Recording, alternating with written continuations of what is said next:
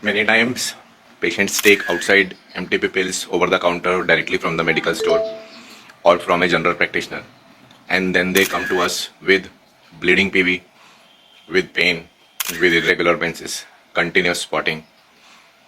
Today we will discuss what is retained products of conception, how to diagnose retained products of conception, what is the management of retained products of conception, do we require curettage or dilatation and curettage or suction evacuation in every case of retained products of conception.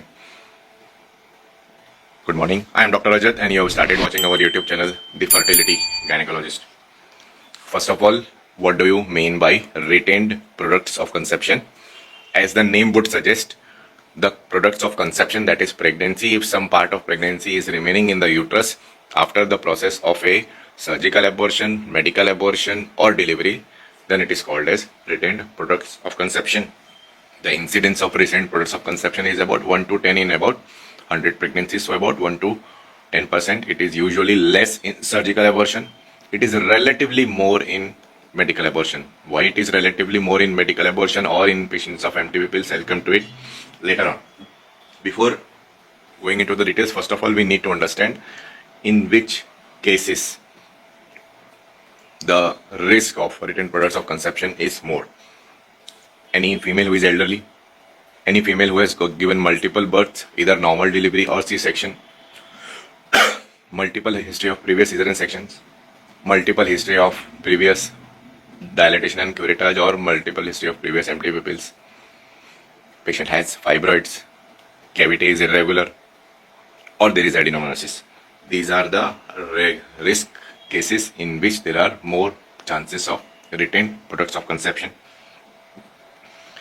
Question would arise, why as a gynecologist I would be worrying about retained products of conception?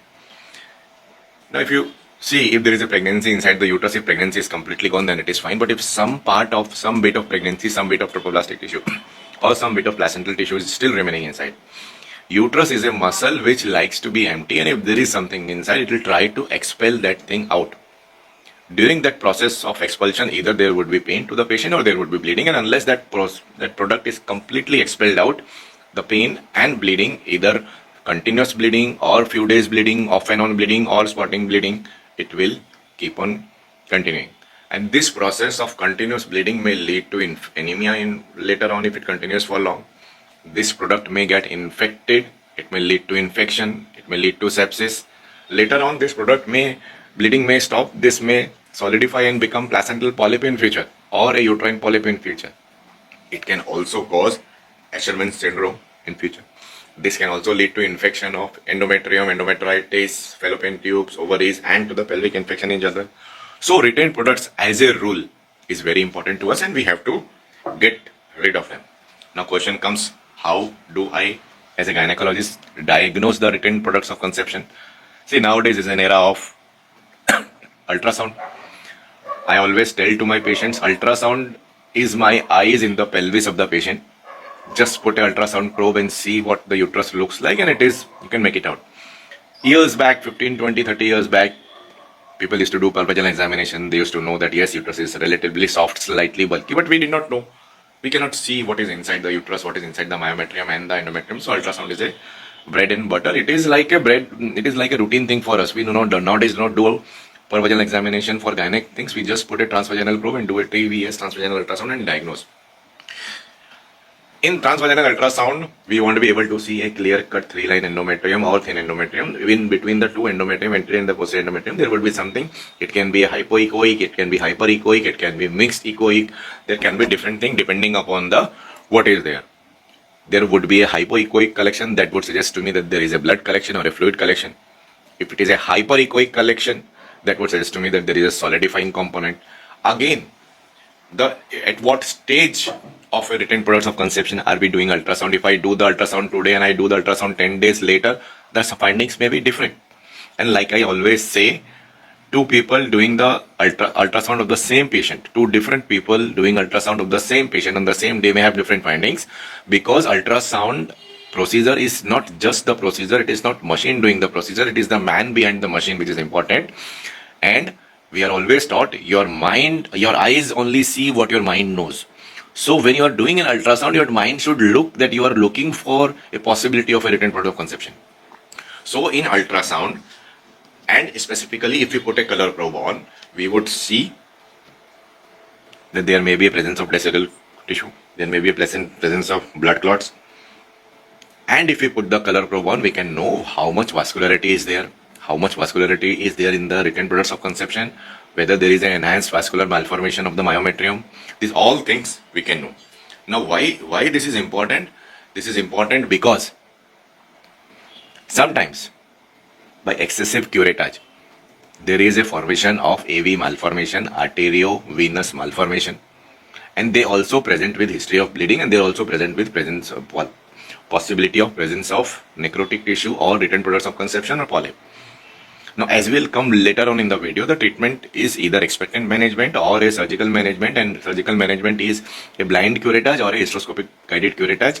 If patients and doctor decide that we have to go for a curettage in this patient, and if in AV malformation we do a curettage, then it will lead to a torrential bleeding. And if there is a torrential bleeding, then to save the life of the patient, we may have to go for an emergency hysterectomy, and that is why the diagnosis of AV malformation is very, very important. And this AV malformation can be easily diagnosed by putting a color probe on. The confirmation of this diagnosis requires a CT angiography. But if we just put a color Doppler probe on the written products of conception and the myometrium, and if we see the channels are continuous blood flow in red and blue, then we can make it out. We can suspect that this is a possible case of an AV malformation. While in placental polyp or uterine polyp, the vascularity in the myometrium would not be there, and the polyp would mostly be a avascular structure. Sometimes the polyps can also be vascular. Again, for that we have to do a Doppler. If there is a severe bleeding in case of a placental polyp or in case of AV malformation, then we need rapid, urgent management. We can do a uterine artery embolization. For temporary measure, we can directly put a Foley's catheter inside the uterus, inflate the bulb of Foley's catheter, and due to the pressure, the hemostatic bleeding may occur temporarily, which may buy us few hours to plan for a permanent management. Uterine artery embolization, I'll make a video some another day. Basically, AV malformation or a bleeding placental polyp, there would be bleeding inside the cavity, and this cavity is very, very small. We just put a Foley's catheter inside, inflate the bulb with a Foley's catheter with about 7 to 10 ml of normal saline, and due to the pressure of that bulb, the bleeding may stop temporarily, and we may get some time. Gottenberg has given a classification of this retained products of conception, the various ultrasound patterns, in which the grade 0 is a hyperechogenic avascular mass. Hyperechogenic means when ultrasound, what I tell my patients is basically an interpretation of black and white images. The more black the tissue, we call it is an hypoechoic or an anechoic, and more white the tissue, we call it as a echoic or a hyperechoic. It depends upon the density. More dense the tissue is, there will be hyperechoes, and less dense the tissue, there would be less echoes or anechoes. So if it is hyperechoic avascular, after putting a color Doppler probe, there is no blood flow and there is a whitish kind of lesion, it is called as a grade 0. Type 1 is there can be different echoes with minimal or no vascularity. Type 2 is it is a highly vascularized tissue, but it is confined to the cavity only. The vascularity is not much there in the uterus. And type 3 is a highly vascularized tissue along with a highly vascularized myometrium. We call it as an enhanced vascularity of myometrium. And these last two, type 2 and type 3, are very dangerous. They may lead to a torrential bleeding, and they may be because of a vascularized placental polyp or because of a AV malformation. And in those cases, like I mentioned before, uterine artery embolization or an urgent abdominal hysterectomy needs to be done. In such cases of these retained products of conception, sometimes the urine pregnancy test or beta HCG remains positive till up to 1 month. It depends upon how much an active chorionic tissue or a trophoblastic tissue is present at that point of time. Now the question comes to me, I have given a diagnosis to my patient that there is retained products of conception. In local language we call it के अंदर थोड़ा कचरा है, उसको साफ करना पड़ेगा. There are 3 lines of management. One is an expectant management. We wait. Second is a medical management. We give some kind of medicines. And third is a surgical management. Now let us come to a first thing, which is expectant management. Most of the patients, if they have taken a over-the-counter pill or some other general practitioner has given the tablet, in those cases they are not willing to go for either surgical or medical management. They just want to hear whether everything will become normal over a period of time. The chances of treatment, of success of treatment for expectant management is about 40 to 70%. So we can wait for 5 days, 7 days, 10 days. We can wait up to 15 to 20 days, provided patient is hemodynamically stable. There is no tachycardia, there is no excess bleeding PV, and there is only spotting. Second criteria on ultrasound is there should be no vascularity of the written products of conception. And third is the combined endometrial thickness should be around 11 to 12 millimeter, not more than that. In those cases, we can wait, and such patient can be managed conservatively without doing anything, just wait and watch. Like 50 to 70% of the patients are of such category. If there is slightly more written products of conception, say about 12, 13, 14 millimeter, and there is minimal or less vascularity, then we can opt for a medical management. What I do in such kind of patients, I tell patients, I give misoprostol for 2 to 3 days, twice or thrice daily, depending upon the amount of products. And in about 50 to 70% of such case patients in which I give medical management, the products they come out, there is bleeding, diarrhea, abdominal pain, some kind of fever for 2 to 3 days, and the pain subsides. And then I put the patient on antibiotics. If there is a vascularity, if there is a more than 13, 14, 15 millimeter of products, or patient is hemodynamically not settled, then we have to go for a definitive surgical management. We have to evacuate those products of conception. This can be done by a blind suction curate, dilatation curate, or it can be under a hysteroscopic guidance under vision. Most of the doctors, they do a blind suction curettage or a dilatation and curettage. Suction, that is a vacuum curettage, would be a better option. It has to be a gentle curettage. It does not have to be a vigorous curettage. And that curettage has only to be inside the uterine cavity, not in the cervix. Sometimes most of the starting doctors, what they do is when they put the plastic curate inside, they start the vacuum when from the point they start the suction. Ideally, first of all, you have to put the suction cannula inside, then you have to connect it to the vacuum, and that movement, the circular movement and to and fro movement, has to be only in the uterus cavity. The circular movement and to and fro. It should not be beyond the internal os, because once the negative suction is there in the internal os, what that may damage the endocervical crypts, and that damage may lead later on possibility of cervical stenosis. There may be a possibility of secondary infertility because of that. That would be an inadvertent damage to the cervical crypts and the glands. So once you have completed the suction in the cavity, stop the suction, remove the vacuum pipe, and then take it out. Because once your suction is on and the negative pressure is on, once you take it out, it may lead to the damage. But if it is a vascular structure, if there are more products, then it is better to go for a hysteroscopic guidance. It is better to go for a energy source. The vascular pedicle has to be taken care by a bipolar or a monopolar source.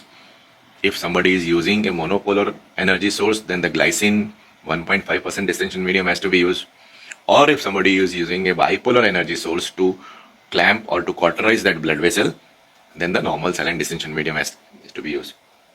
Why this hysteroscopy is better? Because like I can see you, like I can see somebody else, hysteroscopy is my camera inside the uterus. I would put the camera inside the uterus and look for myself where is the product, where it is bleeding, and if it is bleeding, the bleeder can be picked up and it can be directly coagulated, and the products can be removed satisfactorily without damage to the surrounding endometrium, without damage to the cervical crypts, and this management is far better than a blind DNC. But like it's especially the treatment of choice in type 2 and type 3 Gutenberg classification of ultrasound patterns of written products of conception. I mentioned the medical management of misoprostol. I mentioned the blind management of dilatation and curettage or suction and curettage, but hysteroscopic guided polyp removal, hysteroscopic guided vascular polyp removal with cautery is in an ideal world a gold standard diagnosis, but the cost sometimes prohibits the management of such kinds of patient. But like I said, if somebody does not have a hysteroscope, the cost is a issue. You can do an ultrasound guided blind suction evacuation. Take the ultrasound machine in the OT, do suction evacuation, and immediately at that point of time see whether everything is removed or not. If, like I mentioned, the precautions have to be taken that the negative pressure has not to be started before putting in the suction cannula in the uterus. Once you put the suction cannula in the uterus, the movement has to be just circular movement, 360-degree rotation, and just few centimeters, 1 to 2 centimeter on each side, in and out movement. Why this in and out 1 to 2 centimeter? That suction should be just moving in this cavity only. It should not come out and not come out this. Because there is a negative pressure, if you come out directly at this point of time, the cervical crypts may get damaged. Once the cervical crypts get damaged, two things which may happen. A, because of this abrasion which may be created by the damage to the cervical crypts in later on, the anterior and the posterior or the lateral surfaces of cervix may get stuck to each other, and that may lead to some kind of a cervical stenosis, and as a result, hematometra may occur later on. Or the cervical crypts may get damaged, and because of the damage to the cervical crypt, the cervical mucus formation may decrease, and that may sometimes lead to the secondary infertility. So that is very, very important. The complications of retained products of conception, early complication is bleeding and anemia infection, and later on it may lead to the formation of intrauterine adhesion, it may lead to Asherman syndrome, it may lead to secondary infertility, and all those kind of things. So this was a short topic on the video of intrauterine retained products of conception. Please like the video, please share the video, and please subscribe to our channel. Namaskar, bye bye.